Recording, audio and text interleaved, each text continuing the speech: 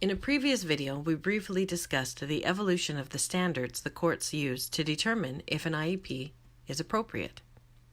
In 1975, Congress enacted legislation that required school districts to provide each child with a disability a free appropriate public education, or a FAPE. This legislation introduced the standard of appropriate. In 1982, a case known as Rowley reached the U.S. Supreme Court with the question of what did Congress mean by appropriate. The court held that an IEP is appropriate if it is reasonably calculated to give the child educational benefit. In 2017, the Andrew case asked for clarification on what was meant by educational benefit. The Supreme Court explained that for an IEP to be appropriate, it must be appropriately ambitious for the individual child. We also know from Andrew that appropriately ambitious is markedly more demanding than merely more than de minimis. In other words, it isn't a broken down bus. And we also know that the adequacy of a given IEP turns on the unique circumstances of the child. So it still isn't a Cadillac.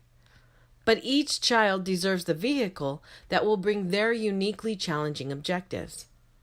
Now, creating that unique vehicle, the one that's best for your child and is still within the legal meaning of appropriate, can feel impossible.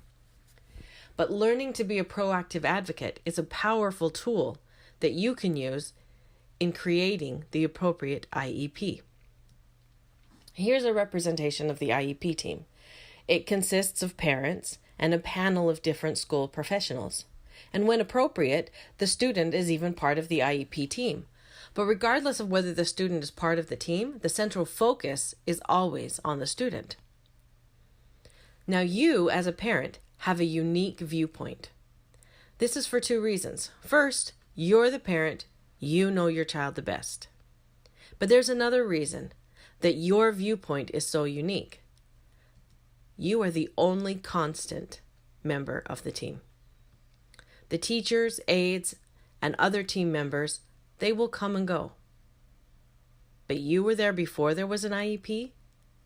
You've been there from grade to grade, and you will be there when there is no longer an IEP. You need to make your viewpoint as meaningful as possible. And to do this, you need to plan with the end in mind, or reverse plan. So to figure out how to do this, let's take a look at how IEPs are normally run. Most districts have a routine approach to conducting an IEP meeting. That is, they begin with examining the status quo.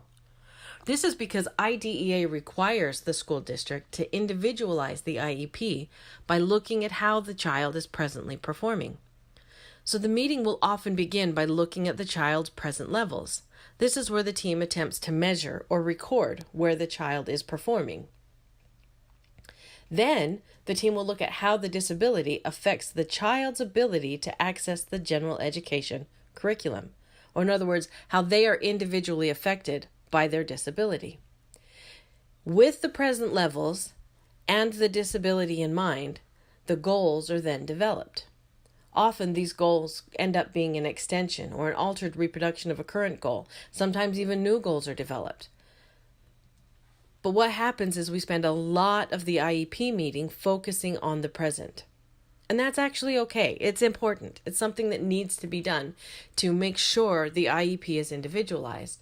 But what is also important is that you, as the parent, you need to know where you hope all of these small individual goals will eventually take your child in the long run. There will come a day when your child will exit out of special education. Perhaps their progress will be so significant that the impact of their disability no longer creates a need for services. Therefore, they won't qualify for special education any longer. Perhaps they'll graduate with a high school diploma. And some will age out of special education when they turn 22. But regardless of when and how that exit day comes, you as the parent need to be able to see what that exit day will look like. This is where you can start reverse planning.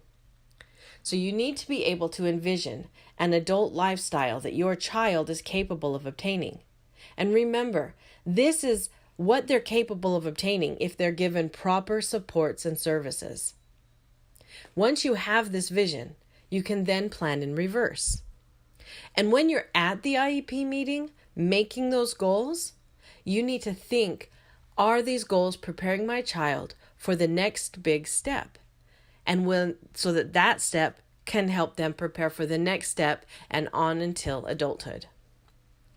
So you always need to be looking at the next phase of your child's educational process. So reverse planning requires you to know two things. First, what the big steps in the education process are, and second, how you can most effectively advocate to ensure the goals and services are properly designed and delivered. Now, what's important here is to realize that we're talking about the goals. The goals need to be properly designed, and that's done at the IEP meeting. But more importantly, the goals also need to be properly delivered. And that is done outside of the IEP meeting, in the classroom and educational settings. So you need to see what can be put in place in the IEP to make sure that the goals are also properly delivered. And it doesn't stop there either, because this is also what you need to think about of the services. Are the services in the IEP properly designed? And will they be properly delivered? If you don't know what you hope to help your child to achieve beyond high school, or in other words, into their adulthood, then you won't be prepared to make the best use of your child's individual transition plan, or ITP. And if you aren't preparing for your child's ITP in middle and elementary school years, then you're not making the best use of your child's IEPs. And the same can be said of preschool. Preschool is where the goals should be preparing the student for elementary school. In other words, you need to keep your view of your child's adult life as your guiding star. Of course, you might have to adjust your view of your child's future. Your child may make more progress or less progress than anticipated. That's okay. You can adjust that view and change your IEPs accordingly. But never let the next step in the educational process sneak up on you. A quote from Dr. Stephen R. Covey rings very true sometimes with our IEPs. People are working harder than ever, but because they lack clarity and vision, they aren't getting very far. They, in essence, are pushing a rope with all of their might. The clarity and vision is going to come from you, the constant team member, the team member that has been and always will be in the picture. You can provide the clarity and vision beyond this school year to help ensure that the goals and services that are being written into the child's IEP are not only appropriate, but are also properly designed and properly delivered, and are designed in a way to help reach the next step in your child's life, which will help reach the next step in their life. These are things that CPAC will aim to help teach parents on how to be a proactive advocate.